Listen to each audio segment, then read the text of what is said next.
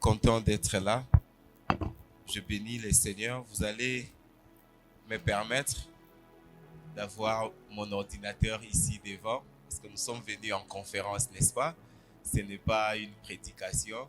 Nous allons prier le soir, mais les matins, nous voulons réfléchir ensemble pour nous aiguiser les uns les autres. Amen. C'est pourquoi j'ai ici, vous allez m'excuser chaque fois que je vais dire Amen, comprenez seulement. C'est entrer dans les sangs jusque dans les os.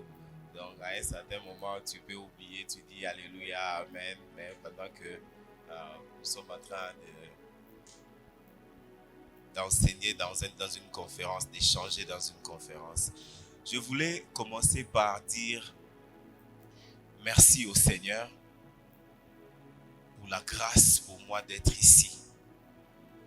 C'est une grâce d'être au milieu d'un peuple aussi béni de Dieu que vous êtes. Un instrument comme moi, si c'était Dieu, je ne peux pas être là. Et je me regarde moi-même et je regarde toutes les grâces qui sont assises dans la salle. Je me dis, c'est seulement Dieu qui permet que je sois devant ici pour dire 2 mots. Et je suis reconnaissant au Seigneur pour ça. Je dis merci au Seigneur pour la ville de Lubumbashi, pour la grande province du Katanga, pour la RDC, pour l'Afrique. Je dis merci au Seigneur pour la journée d'aujourd'hui. Je dis merci au Seigneur pour le docteur Freddy Olela et Joshua Generation Ministries. Un ministère, une œuvre du Seigneur qui est en train de toucher des millions de vies à travers le monde entier. Dieu m'a fait grâce en mettant cet homme sur le chemin de ma vie. Vous savez, il y a des hommes, quand vous les rencontrez dans la vie, votre vie prend une autre dimension. J'ai pris que le Seigneur fera en sorte que dans sa grâce, vous rencontrerez tous ces hommes détonateurs. Je les appelle des hommes détonateurs. Lorsque vous les rencontrez, quelque chose se détonne dans votre vie. J'ai rencontré cet homme et ma vie n'a jamais été la même depuis lors. Il m'a enseigné par son intégrité. Il m'a enseigné par son caractère. Vous savez, pour enseigner les gens, vous n'avez pas seulement besoin de parler. Les gens peuvent seulement vous regarder et être éduqués automatiquement. C'est ce qu'il a fait avec moi. Et grave encore, lorsque le Seigneur a convaincu l'homme sous qui je travaille, lorsque le Seigneur l'a convaincu pour pouvoir me ordonner, me consacrer comme pasteur, nous sommes en train de préparer cette cérémonie aux États-Unis. Et je ne sais pas par quel miracle que je ne peux pas expliquer. Cet homme a quitté l'Australie et il s'est retrouvé ce jour-là,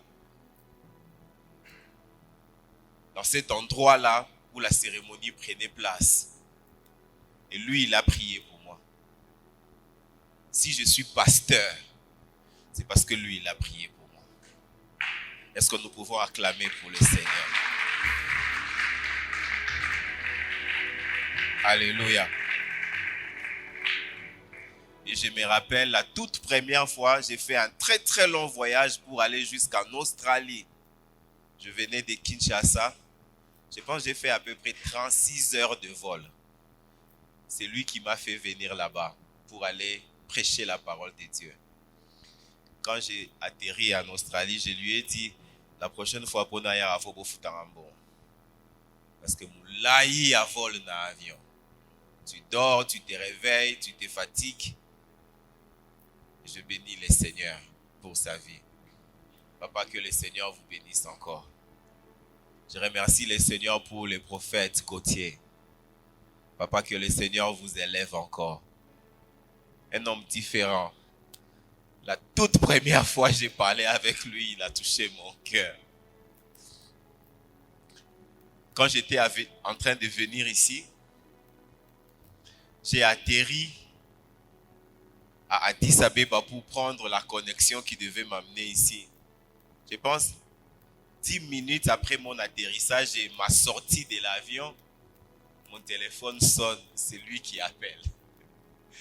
J'ai même souri avant de répondre. J'ai dit, mais ce monsieur a une caméra, il est en train de me voir que je viens juste d'atterrir ou bien c'est comment?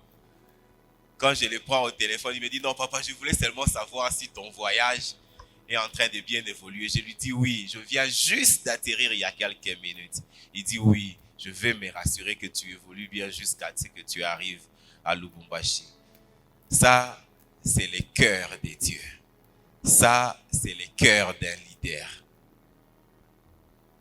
Merci papa, merci pour la grâce.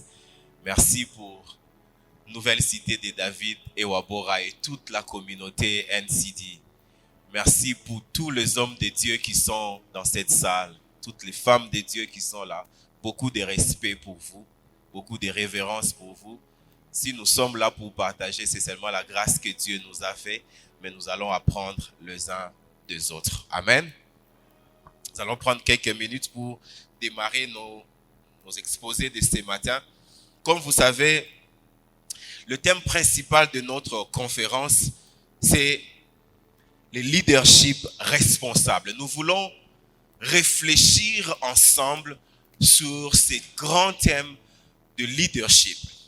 Mais nous avons ajouté un autre mot à côté pour dire responsable. Ça veut dire, c'est bien, nous pouvons être leaders, nous pouvons avoir le leadership, mais ce que nous voulons réellement, que ça ne soit pas seulement un leadership comme n'importe quel leadership, nous voulons que ça soit un leadership responsable. Amen. Est-ce que nous pouvons répéter après moi leadership responsable? Leadership responsable. C'est ça la charge que Dieu a mis dans les cœurs de Joshua Generation Ministries, de pouvoir impacter les vies et pouvoir ressortir de tous ces hommes, de toutes ces femmes de distinction que Dieu a mis sous le soleil, de pouvoir ressortir de ces leaders qui se cachent derrière pour pouvoir impacter le monde et faire évoluer les choses. Je pourrais peut-être commencer par essayer de définir ce qu'est le leadership. Nous prononçons beaucoup ces mots-là, leadership. Si, en français, le mot leadership, ce n'est pas un mot français. Leadership, c'est un mot anglais. Pour ceux qui parlent anglais, ils savent qu'il y a un verbe, on dit en anglais to lead, c'est-à-dire diriger, guider. Leadership vient du verbe to lead, qui veut dire diriger, qui veut dire guider. Et si nous voulons définir le leadership, nous pouvons dire que le leadership, c'est la capacité d'un individu à pouvoir guider ou diriger, influencer les autres, un autre groupe d'individus, à pouvoir guider, diriger, influencer une organisation ou un groupe d'organisations pour pouvoir les amener vers un objectif précis. D'accord? Ça veut dire, un leader, c'est quelqu'un qui est capable de guider, d'influencer, mais surtout d'inspirer. Lorsque moi je parle du leadership, je ne m'attarde pas beaucoup sur seulement l'influence, mais j'aime le côté inspiration qui se cache dans le leadership. On est leader parce que on veut influencer l'environnement autour de soi et conduire cet environnement à un point donné. Amener un groupe d'individus, amener une organisation d'un groupe d'un point A à un point B. N'est-ce pas? Donc, ce n'est pas tout le monde qui est un leader. J'aimerais que nous puissions nous mettre d'accord sur ça. C'est vrai que lorsque Dieu nous a créés, nous tous, Dieu a placé des choses au-dedans de nous. Dieu a investi au-dedans de nous tous. De telle manière que si tu es impacté de la bonne manière, si tu es accompagné, coaché de la bonne manière, un géant leader peut sortir de toi. Et ça, c'est le travail que Joshua Generation Ministries est en train de faire au travers du monde entier, c'est-à-dire essayer de réveiller les géants qui dorment dans chacun d'entre nous pour impacter le monde, alors impacter positivement, pour l'avancement, pour le progrès. Et nous voulons nous rassurer de quelque chose. C'est que cette conférence ici, qui nous réunit, ce n'est pas seulement une conférence pour les pasteurs. J'aimerais que nous puissions nous mettre d'accord sur ça. C'est une conférence qui concerne les chefs d'entreprise, parce que ce sont des leaders, des politiciens, parce qu'ils conduisent des hommes, ils sont à la tête des organisations, des directeurs d'entreprise, des directeurs d'école, des chefs de famille, des chefs de village, des propriétaires, des business, des enseignants, des chefs de famille, des leaders d'opinion, des grands frères des quartiers. Si tu penses que tu as un groupe autour de toi sur lequel tu as une influence donnée, cette conférence te concerne. Aujourd'hui, lorsque nous allons repartir, essayons de voir les amis qui sont à côté de nous, des frères, des sœurs, des connaissances, des collègues. Amenons-le ici. Parce que peut-être d'autres personnes ont eu la mauvaise information pensant que c'est une conférence qui ne concerne que des pasteurs. Non.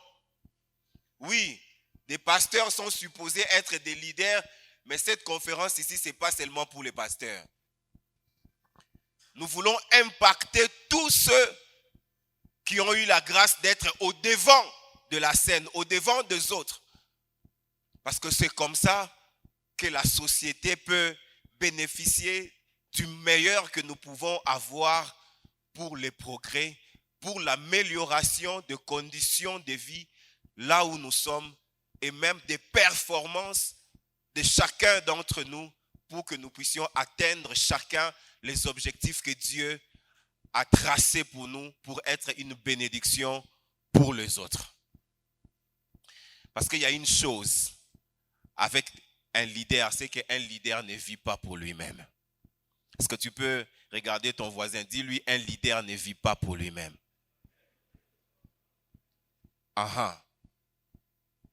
Si tu penses que tu es leader et que dans ton cœur tu es d'abord préoccupé par toi-même, tu dois te réexaminer encore bien. Amen.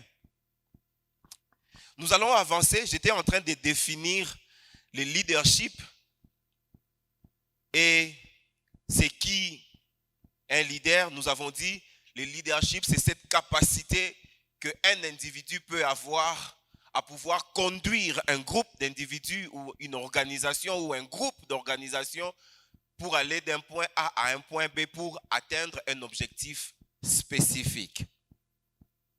Et nous avons dit qu'un leader, c'est celui-là qui peut guider, qui peut conduire, qui peut mener, qui peut influencer, mais surtout qui peut inspirer. D'accord? Je disais tout à l'heure que cette conférence ne concerne pas seulement les hommes de Dieu, mais souffrons que, à cause de ce que Dieu a mis en nous, à cause de ce que Dieu est pour nous, parce que c'est même Dieu qui est derrière cette organisation, nous allons donc à tout moment nous référer à ce que mon docteur Freddy aime appeler notre constitution. Nous, on appelle ça la Bible, lui, il appelle ça la constitution. Donc, nous allons de temps en temps nous référer à la constitution. Amen. Parce que la source de la constitution, c'est lui, le leader de tous les leaders. Il est vrai. Amen. Si nous prenons Dieu comme notre inspiration, comme notre modèle, comme notre exemple, parce que lui, c'est lui la source même du leadership, il y a deux choses clés qui sont très très importantes dans le leadership ou bien dans la vie d'un leader. C'est que d'abord, un leader, c'est quelqu'un qui a une vision.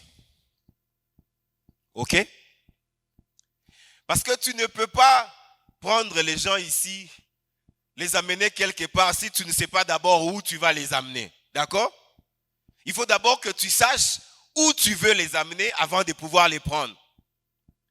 Et là où tu veux les amener là, c'est ça la vision. C'est ça ce que toi tu vois et que eux ne voient pas.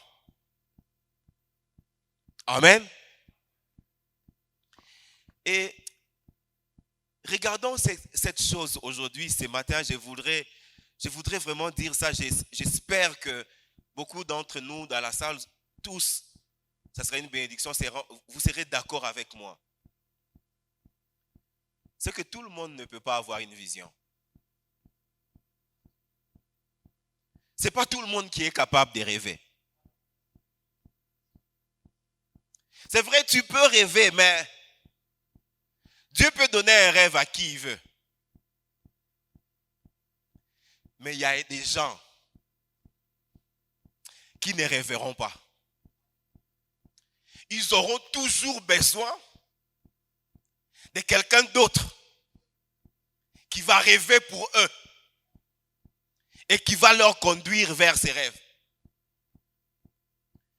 Dans les livres de Genèse au chapitre 37, si tu commences à partir du verset 5, la Bible dit, Joseph, il a fait quoi? Il a eu un rêve.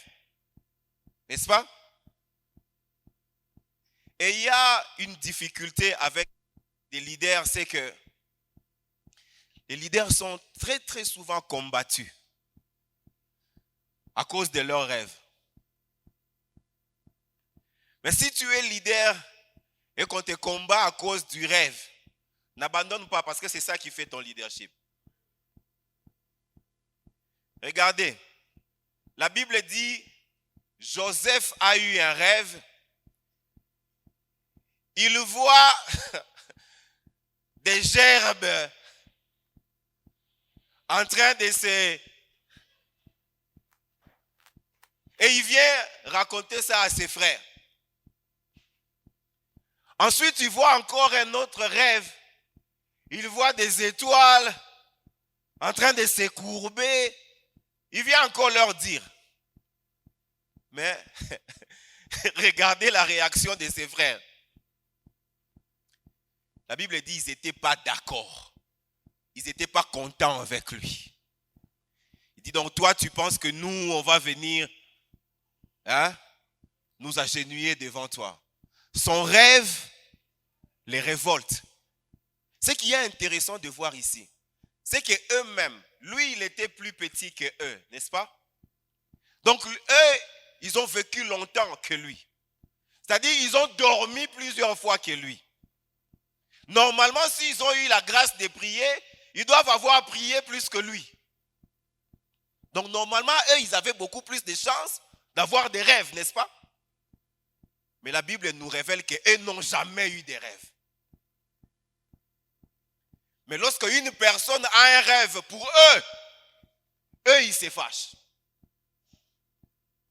Il y a des gens,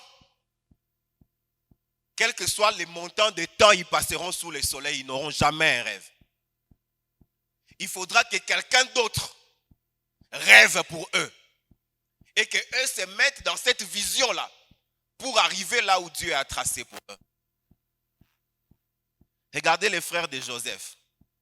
Il vient leur dire, je vous ai vu, J'ai vu des gerbes. Donc, des gerbes. On était en train de... Moi, je me dis, mais il fallait même qu'ils soient contents. Parce qu'eux, ils étaient des éleveurs, n'est-ce pas? Ils ne faisaient pas des champs. Ils élevaient des brebis. Donc, on vous voit avec des gerbes, en train d'amasser des gerbes. Ça veut dire que peut-être que vous êtes allés récolter là où vous n'avez même pas semé. N'est-ce pas? Ce n'est pas une bénédiction. Quelqu'un voit un rêve où tu es béni, tu ne vas pas te réjouir, tu te fâches pourquoi? Après, il vient leur dire, je vous ai vu comme des étoiles. Ils se fâchent. Mais moi, je me dis, il pouvait se fâcher s'il est venu leur dire que je vous ai vu comme des cancrelats ou des sauterelles. Mais quelqu'un t'a vu comme une étoile. Toi-même, tu n'as jamais rêvé que tu étais une étoile. Mais quelqu'un te voit comme une étoile, il vient te dire, et puis tu te fâches. Il devait remercier Joseph. Oh, c'est petit ici. Moi-même, je ne me suis jamais vu même comme un animal. Je ne me suis jamais vu même comme une chèvre. Mais lui, il m'a vu comme une étoile. Ceux qui ont la vision, ils sont toujours combattus. Mais n'abandonnent pas lorsque le combat s'élève. Parce que ce combat, c'est ça qui ouvre, c'est ça qui déclenche les chemins pour que tu atteignes la prochaine dimension. Si Goliath n'avait pas existé,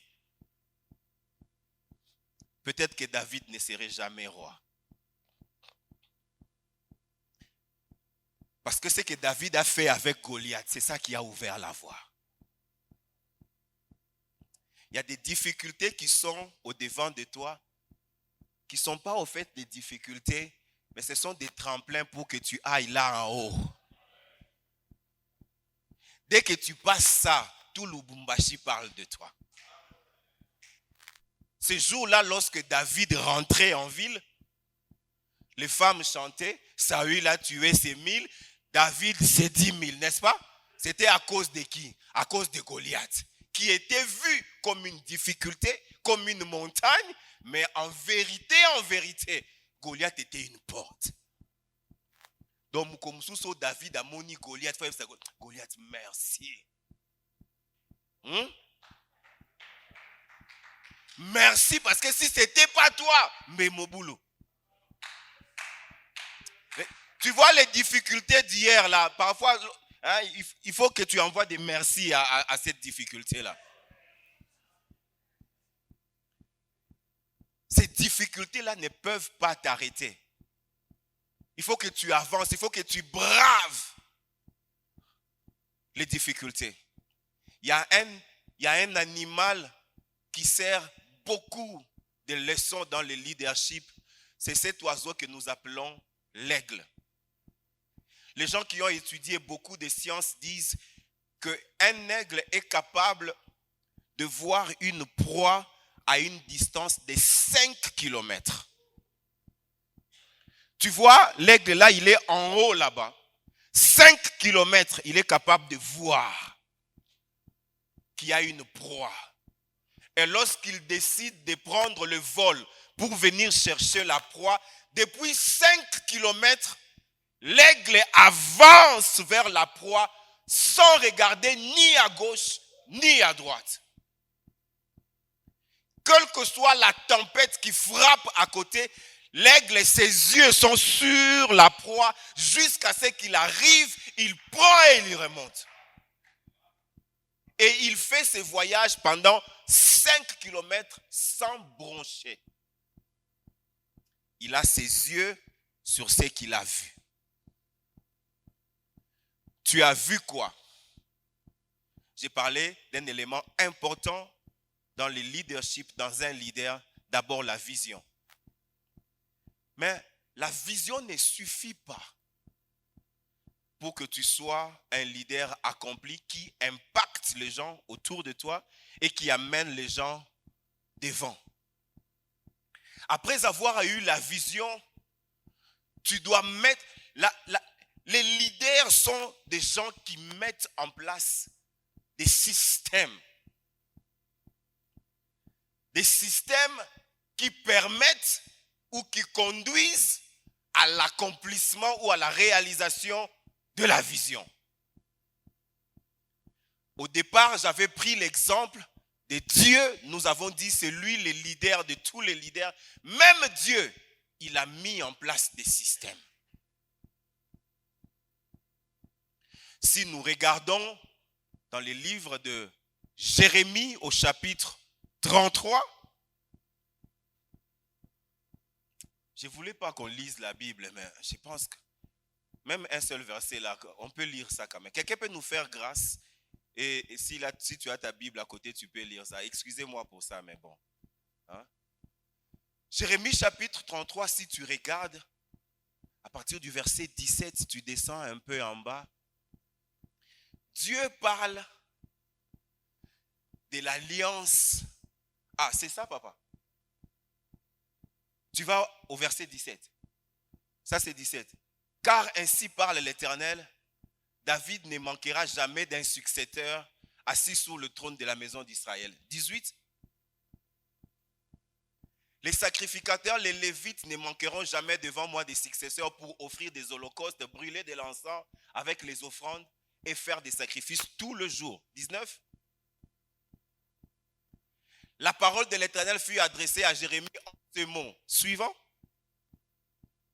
Ainsi parle l'Éternel, si vous pouvez rompre mon alliance avec le jour et mon alliance avec la nuit, en sorte que le jour et la nuit ne soient plus en leur temps.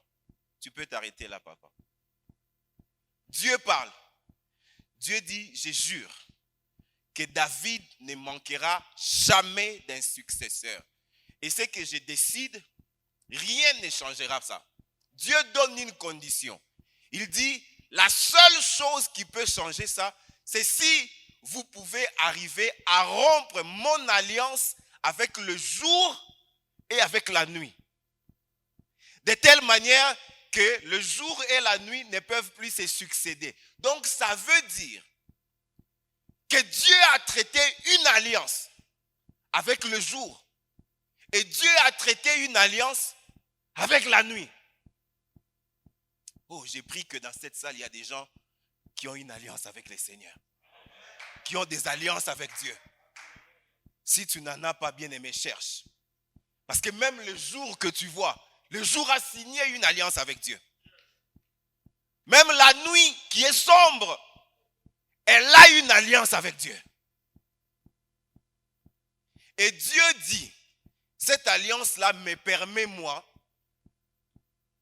Dieu et les jours et la nuit, ils se sont entendus que nous n'allons pas nous trahir. Les jours, toi, tu viendras toujours. Après toi, ça sera la nuit. Après la nuit, ça sera le jour. Après le jour, ça sera... Et c'est un système. Et ce système permet à Dieu de réaliser tout ce que Dieu veut. Un leader, c'est vrai, il a une vision. Mais pour l'accomplissement de sa vision, il a besoin de mettre en place des systèmes qui amènent à l'accomplissement de la vision. C'est vrai, tu as une vision. Mais après, tu fais quoi pour que cette vision s'accomplisse? Plusieurs fois, nous avons une vision et puis on crie seulement, c'est moi le visionnaire. Oh, mais oui, c'est toi le visionnaire après. On va manger la vision. Qu'est-ce qu'on fait pour que la vision se réalise? Et là, excusez-moi, bien-aimés dans le Seigneur, comprenez-moi. Là maintenant, il y a beaucoup de facteurs qui interviennent. C'est pas seulement Molimo Monsante, oui. Mais le travail doit aller en profondeur. La Bible nous apprend que lorsque Pharaon fait recours à Joseph pour venir lui dire son rêve, les dons spirituels ont fonctionné. Les capacités de l'esprit ont fonctionné pour que l'interprétation du rêve soit donnée. Mais après, il fallait l'intelligence pour que l'on sache quoi faire. Ça, c'est le système. Pendant 7 ans, on aura de l'abondance. On va construire des magasins, des entrepôts. On va garder nos céréales là-bas. Comme ça, lorsque la sécheresse va venir, on aura de quoi manger. Ça, c'est le système. Et le monde tourne autour des systèmes. Même dans la vie ici à Lubumbashi, nous sommes organisés autour des systèmes. Il y a un système d'approvisionnement en eau potable. Nous avons des robinets à la maison, n'est-ce pas? Si tu es en dehors de ces systèmes, tu n'auras pas d'eau. Il y a un système d'approvisionnement en énergie électrique. Si toi tu dis que tu ne vas pas te brancher dans ces systèmes, ta maison sera dans le noir. Il y a un système de transport public. Tu veux aller d'une commune à une autre, tu dois prendre un bus. Maintenant, il y a des gens qui ont travaillé avec le Seigneur, qui sont révolutionnés, qui peuvent se permettre parfois d'opérer en dehors du système parce qu'ils ont la capacité. Amen. Si toi tu me dis je dois prendre un bus public pour aller à Likasi, et si j'ai ma propre voiture, je peux opérer en dehors de ton système. Amen. Dieu lui-même a organisé des systèmes. Et le monde tourne autour des systèmes. Et les systèmes sont établis par ceux qui gouvernent. Et ceux qui gouvernent, c'est eux des leaders. Lorsque les systèmes sont perturbés, lorsque les systèmes sont malades, lorsque les systèmes n'existent plus, c'est la faute de ceux qui gouvernent. C'est la faute de ceux que nous appelons des leaders. Amen. Si tu es leader et que tu es là, commence maintenant à réaliser la lourdeur de tes responsabilités, l'importance du poids que tu as sur tes épaules. Ecclésiaste chapitre 10, le verset 7 dit: j'ai vu sous le soleil les princes marcher à pied et des esclaves sur les chevaux. Ça, c'est le verset 7. Si tu viens au verset 6, on te dit: j'ai vu ceux qui sont incompétents être élevés. Et ceux qui sont riches, c'est-à-dire intelligents, riches dans les cerveaux, dans les capacités, dans les compétences, être bafoués. Là n'est pas le problème. L'explication de ces troubles-là que tu vois au verset 7 et au verset 6, l'explication de ça se trouve au verset 5. Papa, donne-nous le verset 5. Ça dit quoi? Il est un mal que j'ai vu sous le soleil comme une erreur provenant de qui? Le fait que les princes sont en train de marcher à pied, ce n'est pas la faute des princes. Le fait que les esclaves sont sur les chevaux, il ne faut pas dire que ces esclaves-là sont devenus des rebelles. Ce n'est pas leur faute. C'est le système. C'est lui qui gouverne, les leaders. Il a mis un système en place tel que ce système favorise que les esclaves soient sur les chevaux et que les princes soient à pied. C'est un système. Parce que Ecclésiaste dit quoi? Il dit c'est une erreur de celui qui gouverne. C'est une erreur de celui qui est le leader. Il y a beaucoup de choses qui se font au milieu de nous qui sont des erreurs de ceux qui gouvernent.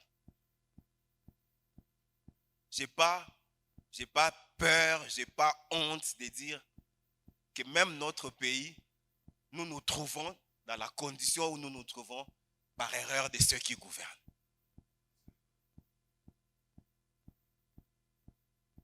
Si les esclaves sont sous les chevaux et ceux qui devaient être sous les chevaux, les princes, sont à pied, c'est à cause de celui qui gouverne.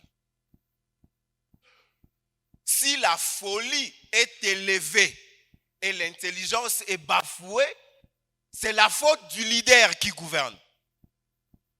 Tu es leader, tu es là ce matin, réalise que ta faute peut mettre des princes à pied, ta faute peut mettre les esclaves sur les chevaux. Voilà combien lourde est la responsabilité du leader, la responsabilité de celui qui conduit. Maintenant, regardons une chose. Dieu parle de David. Psaume chapitre 78. Tu descends vers les versets 72, 70 et puis tu descends en bas. Dieu dit quoi? Il dit, j'ai choisi David pour conduire mon peuple, Israël, ma possession. Dieu dit, il conduira mon peuple avec intégrité des cœurs et avec quoi? Avec habileté de main. Amen. Dieu, amen, est-ce qu'on est ensemble? Dieu décrit les qualités du leader que lui-même a choisi pour pouvoir conduire son peuple. Il dit de David, David a deux choses importantes avec lesquelles il conduira le peuple de Dieu. C'est qu'il a un cœur intègre et puis il a de mains habiles. En d'autres termes, lorsqu'on parle de l'intégrité, l'intégrité est aussi liée directement à la vision. Et lorsqu'on parle de l'habileté ou de main avisée, en d'autres termes, on est directement en train de parler de la compétence, de l'intelligence qui permet d'avoir la compétence dans la tâche que l'on veut exécuter. Est-ce qu'on se met d'accord? Un leader devra avoir la vision, c'est vrai,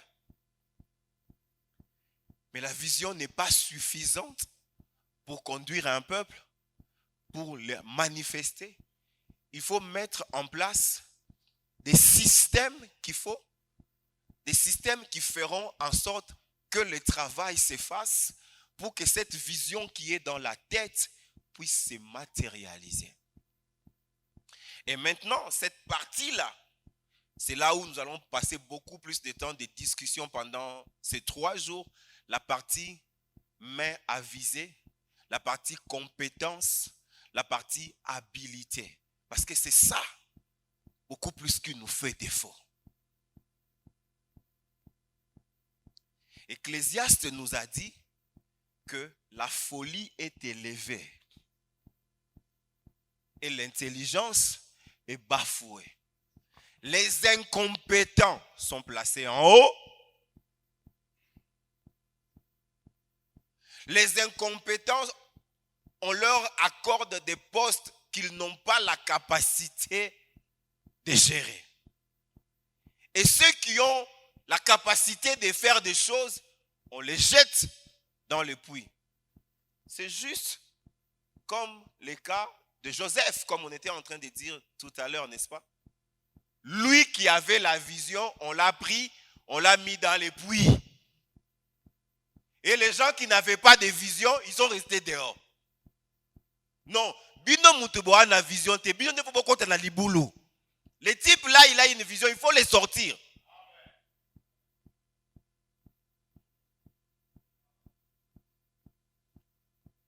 C'est ce qui se passe dans le monde aujourd'hui.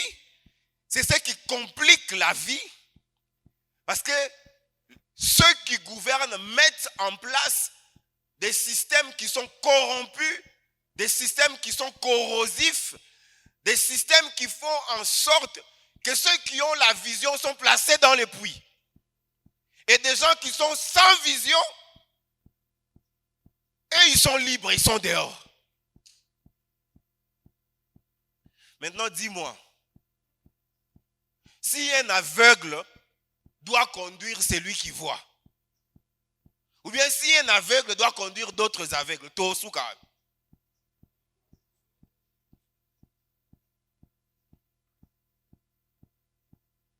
Et ça ne concerne pas seulement les pasteurs, les diacres, les tout ça. Non.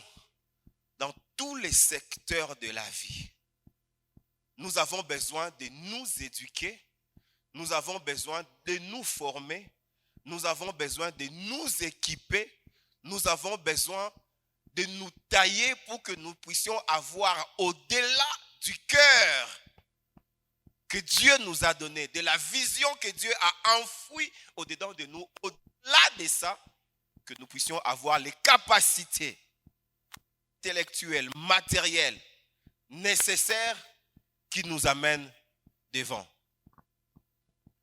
Amen. Il y a un homme que la Bible décrit. Moi, parfois, je l'appelle un homme dangereux. On dit de lui que lui, il parlait avec Dieu face à face, n'est-ce pas? Mais lorsque Dieu lui donnait une tâche pour accomplir quelque chose, Dieu est venu lui dire que j'ai oint telle personne pour faire ça. Amen.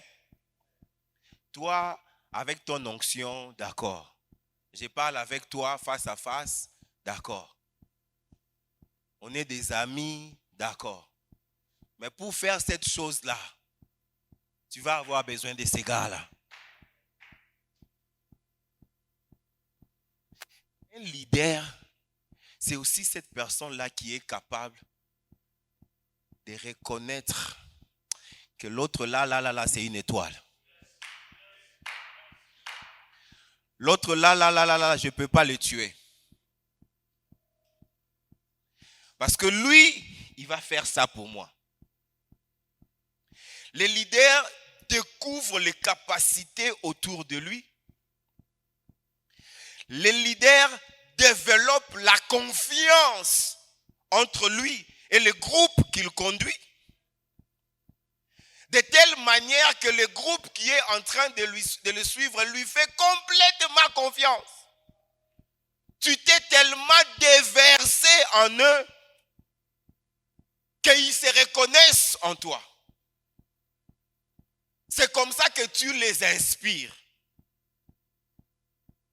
Entre parenthèses, laissez-moi dire ça rapidement. Si tu es un vrai leader, tous ceux que toi tu conduis, ils veulent être comme toi. Si tu es un leader et les gens que tu conduis ne veulent pas être comme toi, examine encore bien. Parce que c'est toi qui les inspires.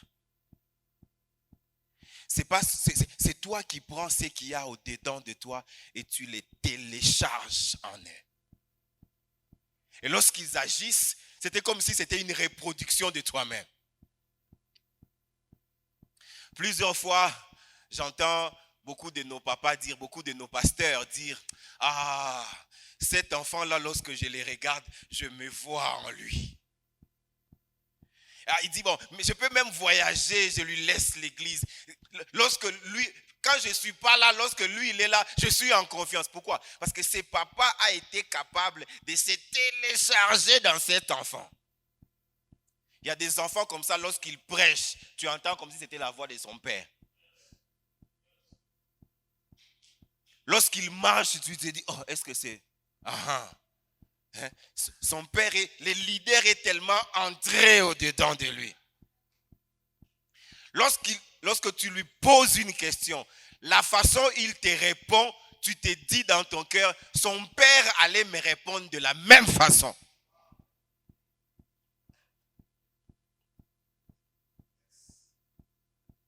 Une fois, on a invité mon père quelque part et il était incapable de partir. Il m'a dit, tu vas aller là-bas en mon nom.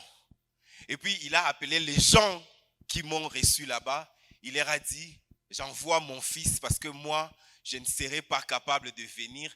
Il me représente valablement. Quand je suis arrivé là-bas, les gens là m'ont accueilli. Ils m'ont dit, ton papa a dit, tu les représentes valablement. Donc de la même façon, on devait considérer sa parole. On considère ce que toi tu vas dire. Parce que lui-même nous a dit que tu les représentes valablement. Un leader est celui qui est capable de se prendre lui-même et puis il se télécharge au-dedans de ceux que lui il est en train de conduire. Amen. C'est lorsque tu te télécharges comme ça que tu es capable de faire cette inspiration dont nous avons parlé. Que tu es capable de captiver l'attention de tout un groupe vers un seul objectif. Et c'est là qu'un leader est capable de former ce que l'on appelle une équipe. Amen. Parce que vous voyez, lorsque beaucoup de gens viennent ensemble, ils forment un groupe, n'est-ce pas? Amen. Est-ce qu'on est là? La salle est trop calme. Lorsque beaucoup de gens viennent ensemble, on partage, on échange. Amen. Faisons des échanges pour qu'il y ait la chaleur dans la salle. Lorsque un groupe de gens vient ensemble, beaucoup de personnes se mettent ensemble. Ils forment ce que nous appelons un groupe, n'est-ce pas? Vous pouvez appeler ça un groupe d'hommes. Mais un groupe peut être une équipe et un groupe peut être une foule. N'est-ce pas? Et vous pouvez voir la différence entre une équipe et une foule. Tous les deux sont des groupes d'hommes. Mais la différence, c'est que l'équipe travaille autour d'un même objectif. Mais une foule, chacun a ses idées.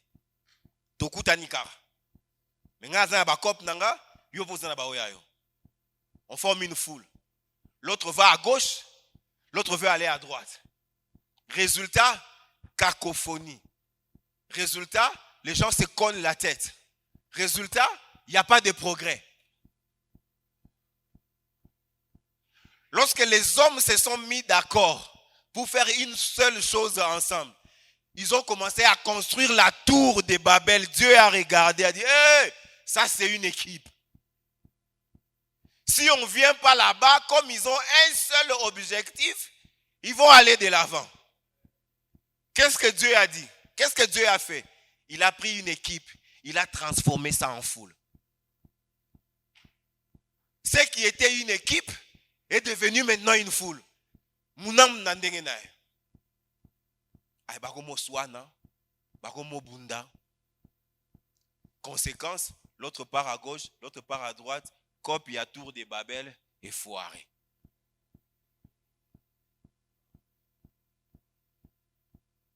Un leader est celui qui est capable de se télécharger dans le groupe qu'il est en train de conduire. Et lorsque tu te déverses dans ce groupe, qu'est-ce que tu fais? Tu les impactes, tu les influences et tu les inspires. C'est comme ça que tu prends quelqu'un qui était au niveau A et puis tu l'amènes au niveau B, au niveau C, au niveau en haut. Dieu soit loué pour Jésus-Christ. Parce qu'il est le leader de tous les leaders. Lui, lorsqu'il nous fabrique, il nous dit, ma petit, venez. Je vais faire en sorte que Binobosa akutu marambuko le kangai. Moi leader. nous, comme nous ne connaissons pas les choses, comme nous sommes remplis de nous-mêmes, lorsque je suis leader, je ne veux pas que les gens qui sont à côté, là, qui, non, pas pour s'en attendre, nous créons la distance. Les leaders ne créent pas la distance. Les leaders développent des capacités. Les leaders permettent à ceux qui sont autour de lui de pouvoir se découvrir et de monter, de pouvoir arriver comme lui et même de les dépasser. Et de prendre la vision du leader et l'amener à l'accomplissement. Parce que les leaders, toi, tu as la vision. Et tu as les capacités pour mettre en place les systèmes. Mais tu ne peux pas arriver à la vision tout seul. So, ok. Iti, okoti, terre promise, yomoro, c'est qu'on foiré. C'est qu'on échoué. Ce qu'on mille qui a mon miel au mélange, yomoro.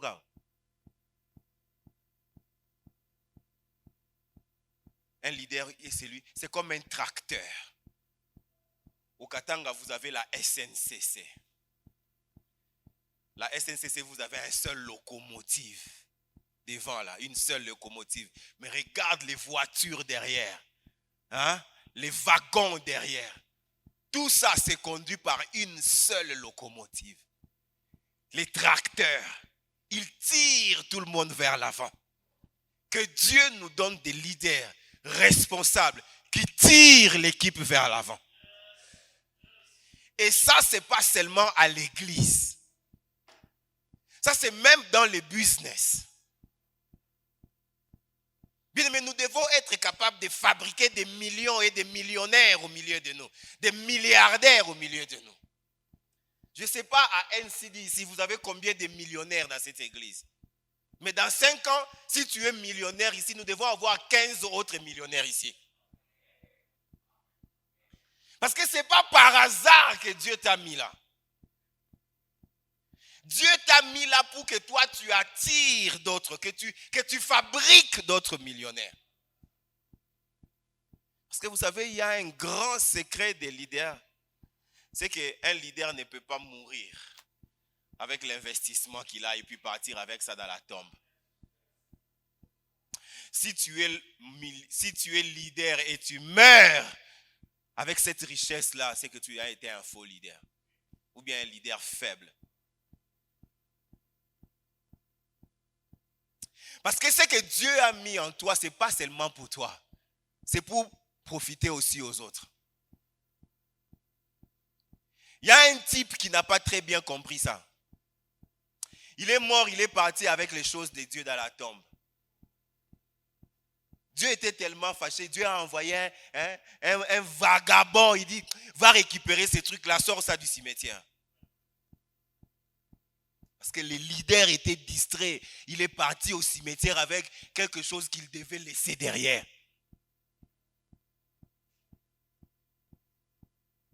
Mais il y a un autre leader dans la Bible toujours, lui il a compris. Il a dit non, moi je ne partirai pas dans la tombe avec ces trucs-là. Il s'appelait Abraham. La Bible dit il a rencontré Dieu. Il a dit à Dieu, je suis en train de partir, je suis en train de mourir. Il n'y a personne pour hériter mes choses. Donne-moi un héritier. Amen. C'est ça un leader. Il a construit, il a bâti, il a développé, il a performé. Le jour où il veut partir, il regarde derrière. Makamboyo, il faut être là. Il faut que je trouve quelqu'un pour investir ces choses. Quelqu'un sur qui je dois laisser ces choses.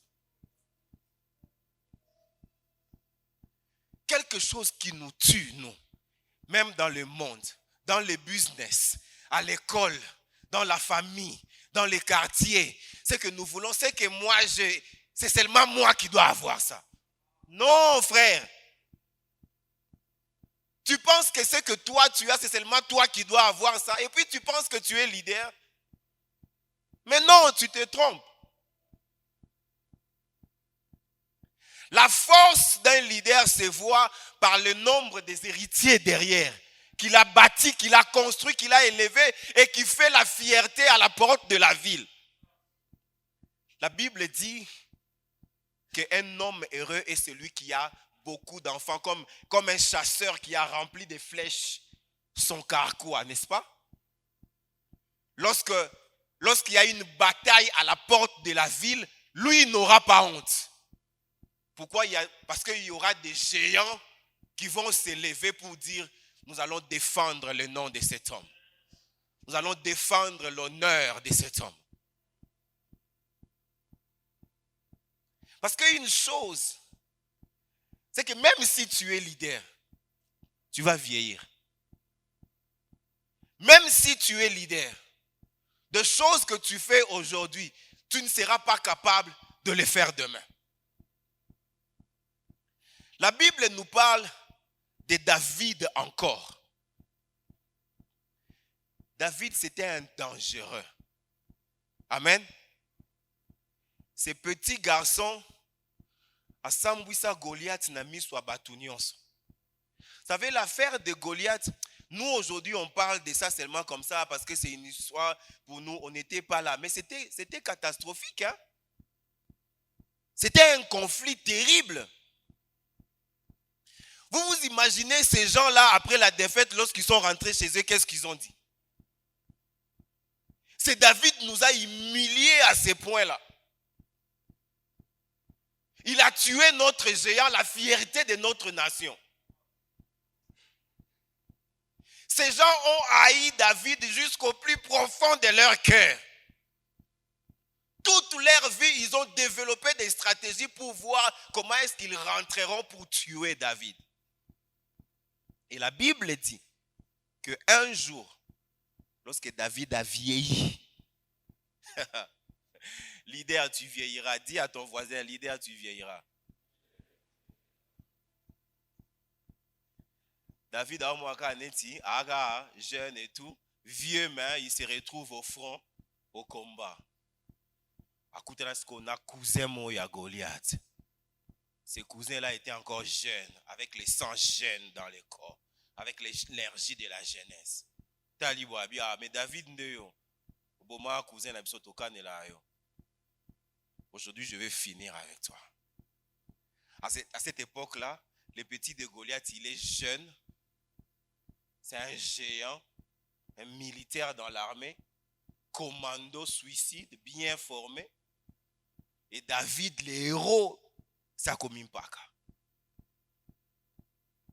Ce jour-là, sous bas côté là, David, il allait mourir là. Ah, un militaire se présente, il dit à David, ah, toi tu es la lampe d'Israël. Tu ne vas pas te battre. Alléluia.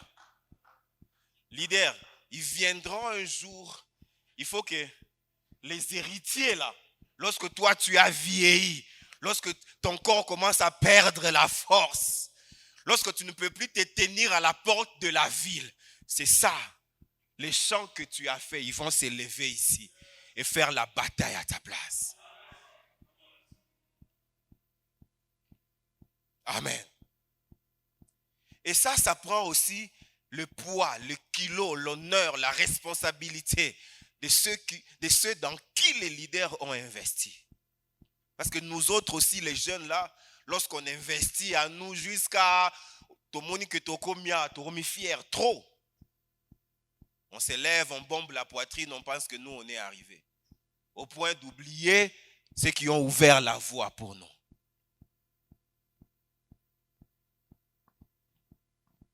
Et ce jour-là, c'est un autre militaire de la jeunesse qui est venu faire la bataille à la place de David et qui a épargné la vie de David.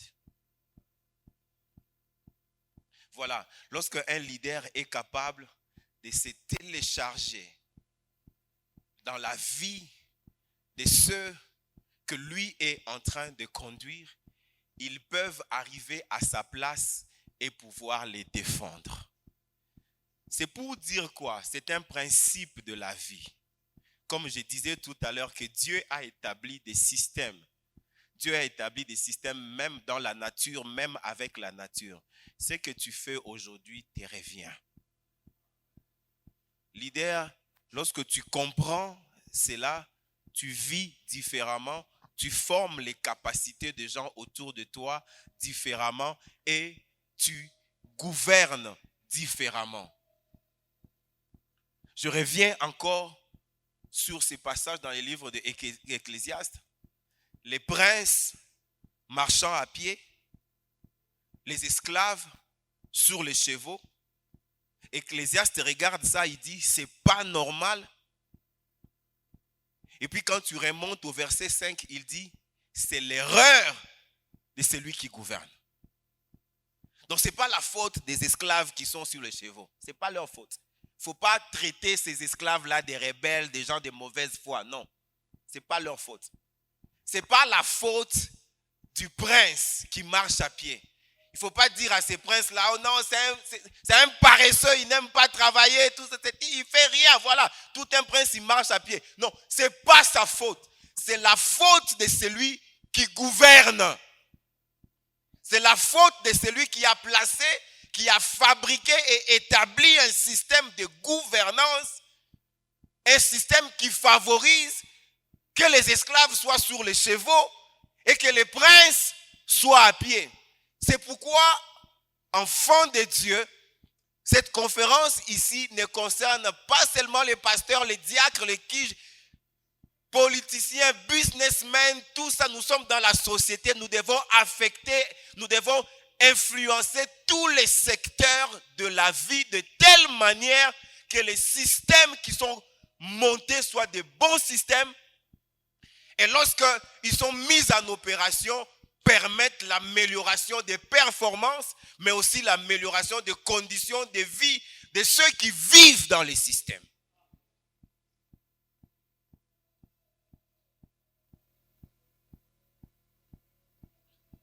Et pour être capable de mettre en place ces différents systèmes qui conduisent à la réalisation de la vision, un leader a besoin de toutes ses capacités, de tous ses atouts dont j'étais en train de parler tout à l'heure.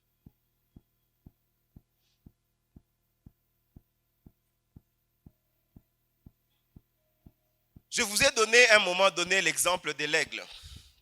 Je disais qu'un aigle est capable de voir sa proie à une distance de 5 km. Et lorsque l'aigle fixe ses yeux sur sa proie, depuis 5 km, quand il descend dans son vol, il ne quitte pas sa proie des yeux. Jusqu'à ce qu'il vient, il prend et il part. Mais lorsque l'aigle descend, ce n'est pas que son vol est facile. Ce n'est pas que son vol n'a pas d'obstacle, n'a pas de difficulté. Il descend contre la tempête. Il y a des vents qui font obstruction à son mouvement, à son voyage, qui essayent de les retarder ou de les dérouter un peu. Mais l'aigle a développé une capacité de telle manière que il ne se bat pas contre son obstacle, mais il utilise son obstacle pour s'orienter encore de mieux. Est-ce que quelqu'un me comprend? Un leader est aussi celui qui est capable de prendre des obstacles, des difficultés et les tourner en opportunités. Quelles sont ces choses qui sont autour de toi que tu vois comme des difficultés et comment est-ce que tu peux faire pour pouvoir les tourner, que ça devienne des opportunités pour toi? C'est ça aussi un leader. Beaucoup de gens confondent un leader avec un gestionnaire. Il y a une différence claire entre un leader et un gestionnaire. Je disais tout à l'heure qu'un leader est celui qui est capable de conduire, de guider, d'influencer et d'inspirer. Mais un manager ou un gestionnaire c'est tout simplement celui qui est en train d'exécuter une tâche. Donc un manager doit travailler sous un leader. Le leader, il a une vision et il confie des tâches spécifiques à un manager et le manager ne fait qu'exécuter des tâches. Ou bien le manager a une petite équipe sous lui qui l'envoie, toi fais ça, toi fais ça, tout. Eux, ils exécutent des tâches et ces tâches aident à l'accomplissement de la vision du leader. Alors, lorsque tu es dans le rôle du manager, tu essaies de contrôler les risques, les difficultés, les tempêtes. Tu contrôles ça. Mais le leader, lui, ne contrôle pas les risques. Le leader, lui, il prend des risques. Il prend une décision comme ça. Parce que les décisions, tout droit dans le boulot. Il prend des risques. Après, il met un système en place. Et puis, il appelle les managers. Il dit, toi, tu fais ça, tu fais ça, tu fais ça. Et les managers ont des gens qui travaillent sous lui. Il dit, yo, pour papier, il faut télémarquer. So papier, yo, bien. Ça, ce sont les membres de l'équipe. Ils exécutent des tâches. Ils contrôlent et gèrent les risques pour l'accomplissement de la vision du leader. Le leader, lui, n'a pas peur des risques. Le leader, lui, ce qui importe pour lui, c'est l'accomplissement de la vision. Et pour que la vision s'accomplisse, il faut un système en place. Et il n'y a pas de système sans risque. Et le leader, lui, il s'en fout des risques. Parce que tant que tu auras peur des risques, il n'y aura jamais sur ton chemin ce qu'on appelle de l'innovation. Un leader, c'est celui qui travaille toujours pour innover. Je me rappelle, quand j'étais à l'université de Kinshasa étudiant, on avait parfois des professeurs qui venaient nous enseigner. Nous connaissons déjà les syllabus de ces professeurs-là. Depuis 1965, il était en train d'enseigner, il utilise les mêmes syllabus. Papier d'angoisse s'est changé la couleur et comme jaune. Le vieux ne fait plus de recherches. Il ne veut plus lire. Il ne veut plus apprendre de nouvelles choses qui se font dans le monde. Quand il commence une phrase, je sais déjà comment cette phrase-là va se terminer. Comment tu veux qu'on évolue dans un monde pareil? Comment tu veux que l'on fasse des progrès? Nous avons besoin d'innover. Tu vois, il y a des gens qui sont des conservateurs. Mais si on fait ça seulement comme ça, on continuera à avoir les mêmes résultats, année après année. Tu ne peux pas continuer à faire la même chose de la même manière et espérer avoir un résultat différent. Si tu veux un résultat différent, tu dois faire de nouvelles choses de la nouvelle façon. Et ça prend la force, le caractère d'un leader pour pouvoir introduire ça. J'ai lisé l'histoire d'un homme. Il est venu de la Chine vers les années 1960, quelque chose jusqu'aux les années 70. Il s'appelait, on l'avait surnommé Ip Man. Il était un maître des arts martiaux. Et c'est par lui que l'armée américaine a adopté et introduit dans l'entraînement de commandos américains les techniques de combat self-défense venues de Jiu-Jitsu des Chinois. Parce que les Américains, eux, ils avaient d'autres techniques de self-défense de combat. Mais ce monsieur a voyagé de la Chine jusqu'aux États-Unis. Sa façon de combattre, sa façon de pratiquer les arts martiaux a tellement bouleversé les États-Unis, le monde américain, au point que les Américains ont adopté les techniques des arts martiaux de la Chine et ils ont introduit ça dans l'éducation des commandos américains. Ça, c'est un leader. Il amène quelque chose quelque part et il est capable de vous persuader, de vous inspirer, de se télécharger en vous de telle manière que vous adoptez ce que lui il a et vous commencez à les faire.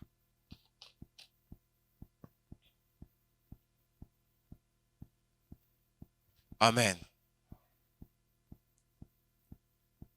Dans l'autre partie de notre discussion, je crois, nous prendrons le temps de parler des qualités, de ce qu'un leader peut faire, de ce qu'un leader ne peut pas faire. Mais avant de clôturer, je voudrais vraiment insister encore une fois sur ces points qui concernent la succession. La formation des héritiers.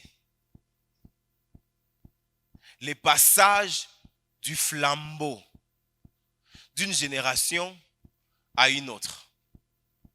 D'un leader à ceux qui sont derrière lui. De celui qui conduit vers ceux que lui, il était en train de conduire. Parce que après lui, eux doivent continuer la même chose et ils doivent passer les flambeaux aussi à la génération qui viennent après eux.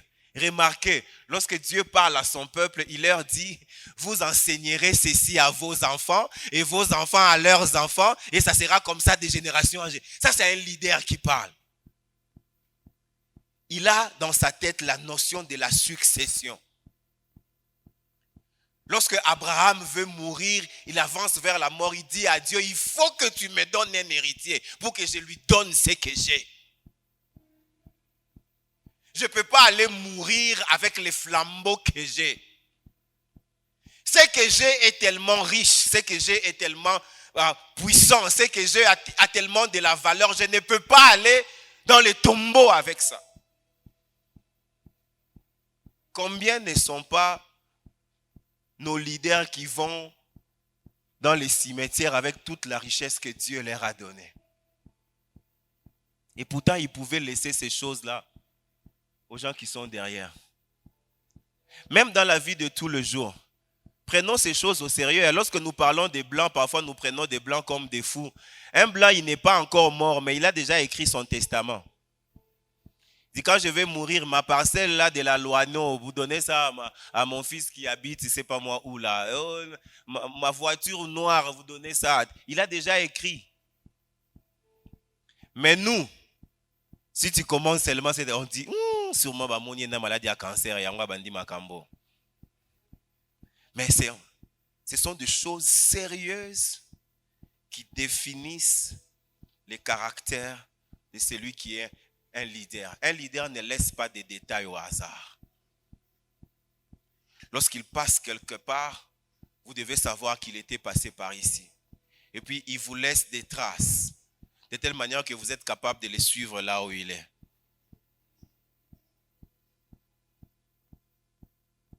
Amen. Est-ce que nous sommes en train d'apprendre quelque chose?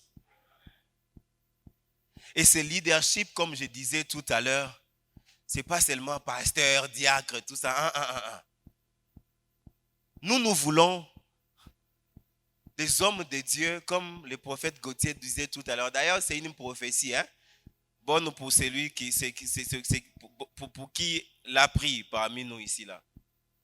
Nous voulons des enfants de Dieu gouverneurs. Nous voulons des pasteurs, PDG d'entreprise. Nous voulons des diacres, directeurs d'organisations internationales. Parce que c'est comme ça que nous allons bâtir et placer des systèmes qui fonctionnent bien pour les bénéfices et de l'Église et du monde dans lequel nous vivons. C'est pourquoi la Bible dit, lorsque les justes sont au pouvoir, le peuple se réjouit. Lorsque les méchants règnent, le peuple est dans la douleur. Pourquoi? Parce que lorsque c'est lui qui gouverne, Ecclésiaste que nous avons lu ici, n'est-ce pas? Lorsque c'est lui qui gouverne est méchant, il met des mauvais systèmes en place. Des mauvais systèmes qui placent les esclaves sur les chevaux et des princes à pied. Qui voudra vivre dans un tel système? Est-ce que nous voulons que ces systèmes changent? Si nous voulons que ces systèmes changent, toi bouge de là où tu es. Sors de la léthargie. Toi aussi tu peux faire des choses. La grâce de Dieu tu as. C'est lui qui contrôle les temps et les circonstances. Il est déjà avec toi. Tu veux encore quoi? Moi, ça me révolte lorsque la Bible dit oh, la course n'est pas au plus vite. Tout ça. Bon, c'est quoi Ezanine? Celui qui est plus vite, il ne peut pas gagner la course. Bon, qui va gagner? Celui qui est riche, oh non, c'est pas lui. C'est l'intelligent, non, c'est pas lui. Mais c'est quoi?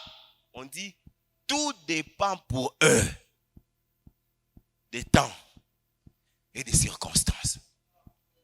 Maintenant, celui qui est le maître des temps et des circonstances, Azalanayo.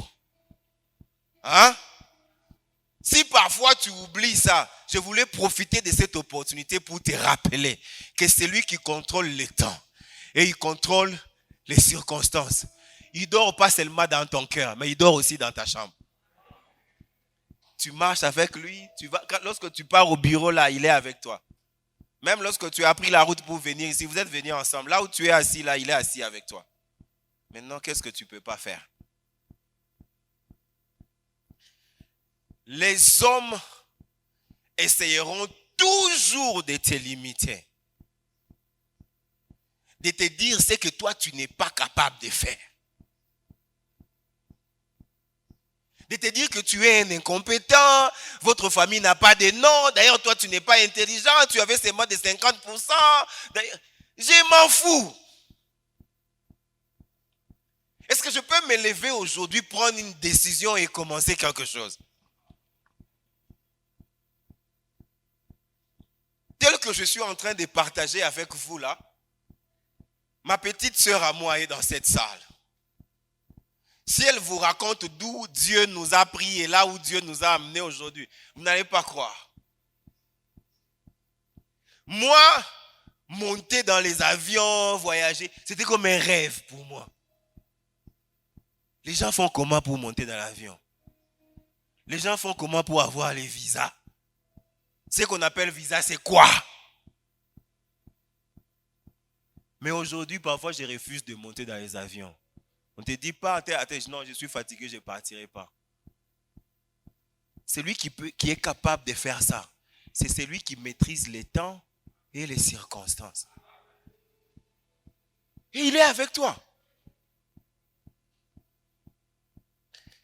Tout ce qui te reste à faire, c'est de prendre une décision et de te mettre au travail.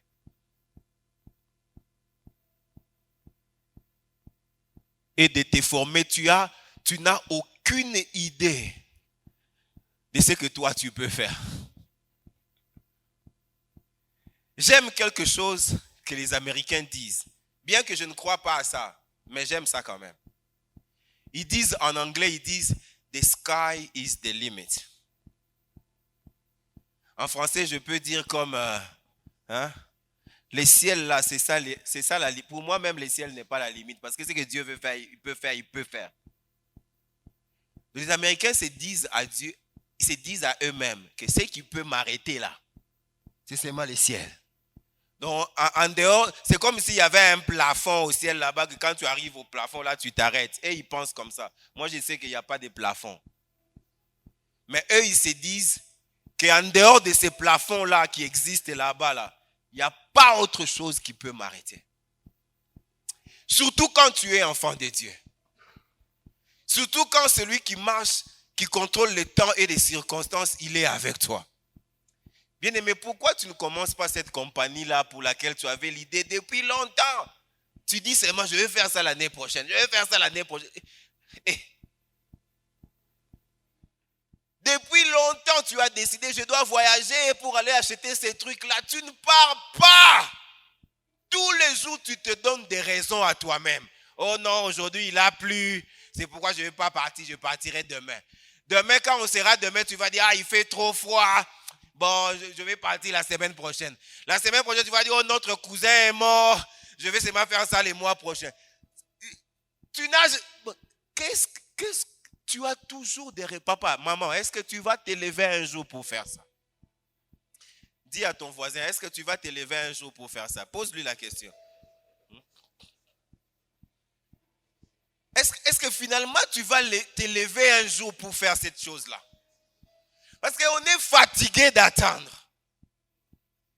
Dieu doit me bénir moi. Mais Dieu a attaché ma bénédiction à toi. Tant que toi tu n'es pas béni, moi je ne peux pas encore arriver à ma destinée. Pourquoi tu me retardes? Il y a des gens, une église, il faut que je me bête un film parce que je vais retarder les pambos. Dieu t'a mis à l'église ici pour que le jour que moi je viendrai prêcher, tu me donnes l'offrande de 1 million. Bon, toi tu traînes. Je viens, je prêche les 1 million, tu n'as pas encore. Où ratissez un gaïd? Est-ce que non, c'est pas là? Je vais te faire rire. Je vais révolutionner quelqu'un. Je vais vous provoquer. La Bible nous dit, un homme avait donné une prophétie. Il dit de la petite ville de Bethléem, quelque chose de grand sortira. Le Messie sortira de là-bas. Il a dit ça il y a longtemps. Et puis ils avaient écrit ça dans la Torah. Ils avaient écrit ça. C'était écrit. Et puis les gens qui servaient le Seigneur, qui connaissaient Dieu, ils lisaient ça. Ils savaient ça quand ils partaient dans les synagogues, quand ils partaient adorer. Ils lisaient ça. Et puis un jour, Dieu, je vais atterrir par là. Dieu envoie un ange pour venir parler à une femme. Il dit, tu vois tel que toi tu es là. Tu tomberas enceinte. Et l'enfant qui naîtra de toi sera le Messie. Tu lui donneras le nom de Jésus. La femme dit, ah, mais moi je ne connais pas d'homme, comment ça va se faire? Oh non, la puissance du Saint-Esprit viendra sur toi, tu as trouvé grâce et ça va se faire. Donc depuis ce jour-là, cette femme-là savait ce qui était au-dedans d'elle. Elle savait qu'elle portait le Messie. Amen.